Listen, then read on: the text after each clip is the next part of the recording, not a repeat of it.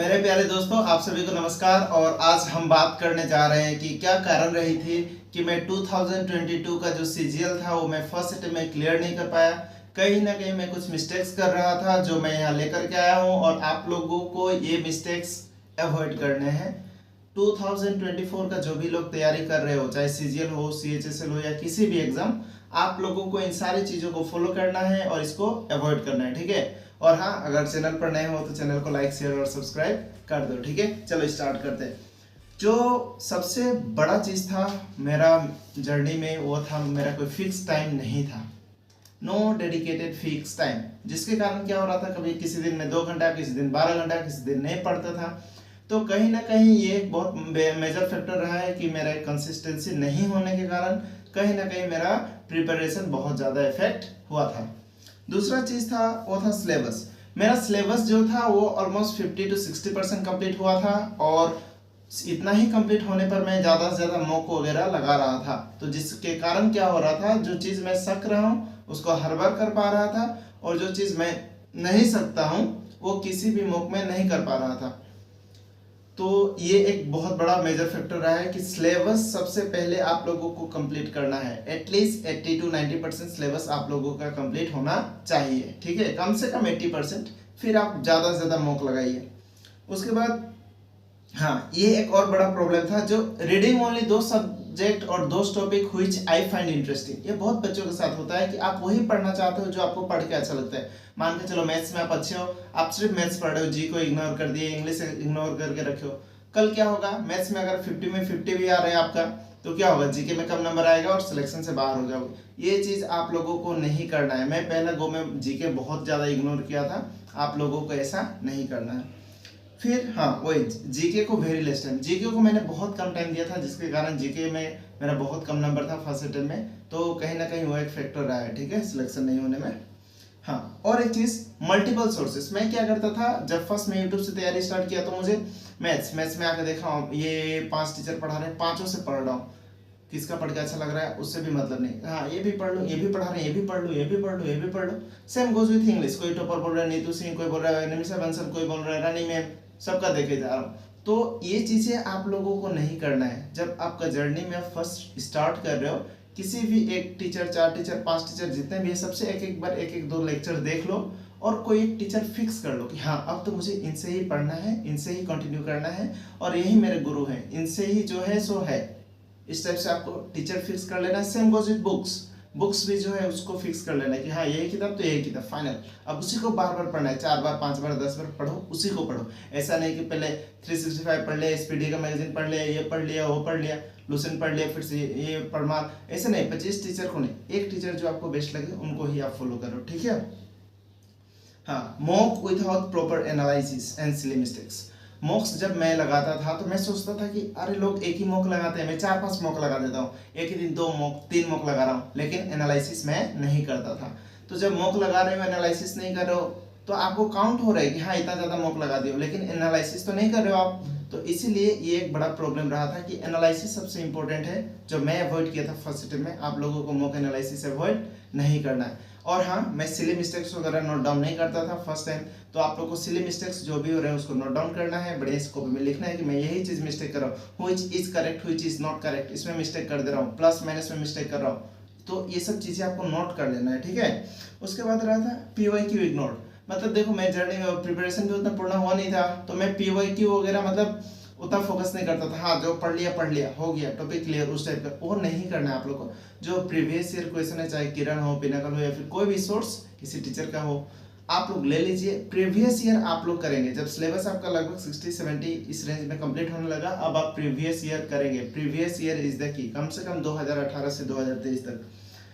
और एक चीज, प्रोक्रास्टिनेशन। मैं क्या करता था कि आज पढ़ने का मन नहीं हुआ, चलो कल पढ़ लेंगे, कल नहीं हुआ परसों पढ़ लेंगे। अच्छा, एक ही लेक्चर छूटा है, एक ही लेक्चर तो आज ऑनलाइन में हुआ, चलो इसको कल कर लूंगा। अच्छा, कल 2 ही हुआ है, चलो परसों एक साथ ही 3 देख लूंगा। ये चीज़ आप लोग को नहीं करना है। कहीं मैरिज पार्टी हो रहा है, कहीं शादी हो रहा है, घूमने चले जा रहे हो, दोस्त बुला रहे जा रहे हो, ये सब करो, नहीं करो ये सब कहीं ना कहीं मेरा मिस्टेक होने के कारण मेरे गो में फर्स्ट गो में एग्जाम क्लियर नहीं हुआ। तो प्रोक्रास्टिनेशन आप लोग को नहीं करना है और इस चीज़ों को अवॉइड करना है। हाँ, और एक चीज़, मुझे लगता था कि यार सुबह थोड़ा नींद आ रहा है, ईयरफोन लगा लो और करंट अफेयर सुनते रहो, 1 घंटा 2 घंटा चल रहा है, कितने टीचर पढ़ा रहे हैं डेली बेसिस पे, करंट अफेयर सुनते रहो। ये चीज़ नहीं करो प्लीज़। करंट अफेयर्स में आप लोग डेली के 2 घंटा 1.5 घंटा ये सब टाइम नहीं दो। करंट अफेयर्स मंथली बेसिस पे करो। अगर ज़्यादा इंटरेस्टेड है तो वीकली बेसिस पे कर लो, लेकिन मंथली इज बेस्ट। मंथली कर लो, पूरा ईयर का कंपाइलेशन PDF आएगा वो कर लो, लेकिन आपको करंट अफेयर्स पे डेली 1.5 घंटा 2 घंटा का टाइम देने का ज़रूरत नहीं है तो नहीं है। अब आपकी इच्छा, ठीक है, लेकिन मेरे हिसाब से आपको ज़रूरत नहीं है। उसके बाद पुअर कैलकुलेशन स्पीड। स्पीड पे क्या हुआ था कैलकुलेशन में, वही ट्रेडिशनल मेथड तो लगा रहे हैं, सही है, कोई दिक्कत नहीं है, लेकिन वही 2 × 5 भी लिख रहा हूँ कॉपी में, 10 × 5 पहले लिख रहा हूँ फिर कैलकुलेट, अरे 10 × 5 = 50 डायरेक्ट, और 50 + 40 में 5 4 कैरी करके लिख रहा हूँ। वैसे नहीं करना है आपको, थोड़ा मेंटल कैलकुलेशन करना है ताकि आपका कैलकुलेशन फास्ट हो। जरूरी नहीं है कि आप 50 तक क्यूब याद कर लो, स्क्वायर याद कर लो, ये याद कर लो, उतना जरूरी मैं नहीं बोलता, लेकिन कम से कम अब तो 2 5 या 10 पेपर में लिख के नहीं करो, है कि नहीं। उस चीज़ को आपको फास्ट करना है जिससे आपका कैलकुलेशन फास्ट हो। उसके बाद शॉर्ट्स नोट्स, हाँ ये तो भाई मत बोले यार, मोटिवेशन एक चालू किए, थोड़ा 2 4 मिनट के लिए देखते देखते देखते देखते शॉर्ट्स चल ही रहा है 1.5 2 घंटा मोटिवेशनली वीडियो देख रहे हैं। ये चीज़ नहीं करना है आप लोगों को। ये मेरा मिस्टेक हुआ था कहीं ना कहीं। आप लोग फर्स्ट गो हो सेकंड गो हो ये सोचो मत कि बार बार मोटिवेशन देखूंगा तो ही मोटिवेशन आएगा, ऐसा नहीं है। अपना फैमिली कंडीशन देखो, अपने घर का हालत देखो, उसके बेसिस पे आप तैयारी करो। और शॉर्ट्स 2 4 मिनट देख लिए ठीक है यार, लेकिन एडिक्शन हो जाती है ना। हम इंस्टा में भी रील्स देखते रहते हैं, उसी प्रकार यूट्यूब में भी देखते रहते हैं, ये चीज़ आपको नहीं करना है। और चीज क्या होता है कि focused much and short trick. क्या होता था ना कि कोई टीचर बता के दे रहा है, कोई सवाल करा के दे रहा है, एक पेज में फिर आंसर आ रहा है, 5 मिनट पढ़ा रहा है फिर आंसर आ रहा है। मैं सोचता था क्या मेथड है, डायरेक्ट याद कर लो, CP - 100/SP - कुछ एक फॉर्मूला याद कर लो, उसी पे सवाल बन जाएंगे। ऐसा होता है, लेकिन आजकल पैटर्न थोड़ा चेंज हो गई है। तो आप लोग जितना शॉर्ट ट्रिक देखो आपके ऊपर है, लेकिन प्लीज शॉर्ट ट्रिक के पहले आपको उसका लॉन्ग मेथड दिमाग में आना चाहिए, पूरी अच्छी तरीके से उस चीज को आप कर पाओ, लॉन्ग मेथड से ही कर पाओ, वो जरूरी है। एग्जाम में कभी कभी शॉर्ट ट्रिक नहीं आता ख्याल में, ठीक है, सवाल थोड़ा घूम जाए तो नहीं आता, इसलिए उसके पीछे का कॉन्सेप्ट आप लोग समझिए। और इस बार तो नया वेंडर आने वाला है, क्या पता अगर कॉन्सेप्ट में वो शॉर्ट ट्रिक काम ना आए तो, इसीलिए आप लोग कॉन्सेप्ट को समझिए। और कॉन्सेप्ट से बेसिक पहले याद होना चाहिए आपको, बेसिक से कैसे करते हैं वो चीज़ आपको पता होनी चाहिए, फिर हम लोग शॉर्ट ट्रिक उसी चीज़ को जल्दी कर सकते हैं, स्टेप स्किप कर सकते हैं, ठीक है। उसके बाद डेली टारगेट फिक्स। हाँ देखो, मैं ना डेली टारगेट फिक्स नहीं करता था। आप लोग क्या करना कि डेली टारगेट फिक्स रखना कि आज मुझे तो जीके का 1 पेज पढ़ना है, 1 चैप्टर पढ़ना है, हिस्ट्री इसका 1 पढ़ना है, रीजनिंग में ये करना है, ये टॉपिक करना है, मैथ्स में ये करना है। वैसे डेली टारगेट लेके चलोगे तो क्या होगा ना कि एक ही सब्जेक्ट में आप 4 घंटा 6 घंटा नहीं दे पाओगे।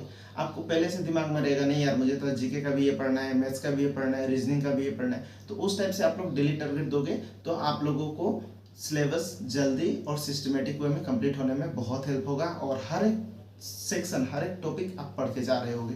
तो डेली टारगेट इज मस्ट। और हाँ, सबसे इंपॉर्टेंट चीज़ कि कंट्रोल द कंट्रोलेबल्स, जो आपके बस में है वही आप कंट्रोल कर सकते हो।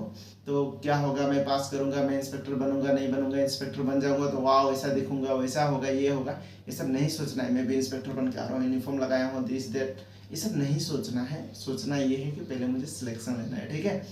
अगर सिलेक्शन लेने के लिए भी क्या कि हाँ सोचूंगा तो नहीं होगा, पढ़ो, पढ़ाई करो, सिलेक्शन टारगेट होना चाहिए। उसके बाद जो सिलेक्शन होने के बाद तो जो करना है करो, रील्स बनाओ, शॉर्ट्स बनाओ, नाचो गाओ, शादी करो, सब आपके ऊपर है, ठीक है। तो पहला टारगेट होना चाहिए सिलेक्शन लेना, समझ में आ रहा है ना। उसके लिए सिर्फ पढ़ाई कर सकते हो, आपके कंट्रोल में सिर्फ पढ़ाई है, उसके अलावा आपके कंट्रोल में और कुछ भी नहीं है। और जो भी मैंने मिस्टेक्स बताए वो सब आप लोग अवॉइड कीजिए। जो भी आप लोग का क्वेरीज हो, डाउट हो, कमेंट करके बताइए। मैं हमेशा हूँ और हमेशा रहूँगा आप लोगों को हेल्प करने के लिए।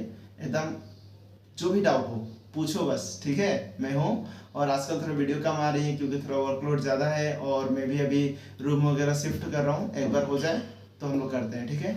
और इस वीडियो को अंत तक देखने के लिए बहुत बहुत धन्यवाद। और पढ़ाई कीजिए, 2024 में बेरोजगार से रोजगार बन जाना है, ठीक है। चलो सभी को बहुत बहुत धन्यवाद।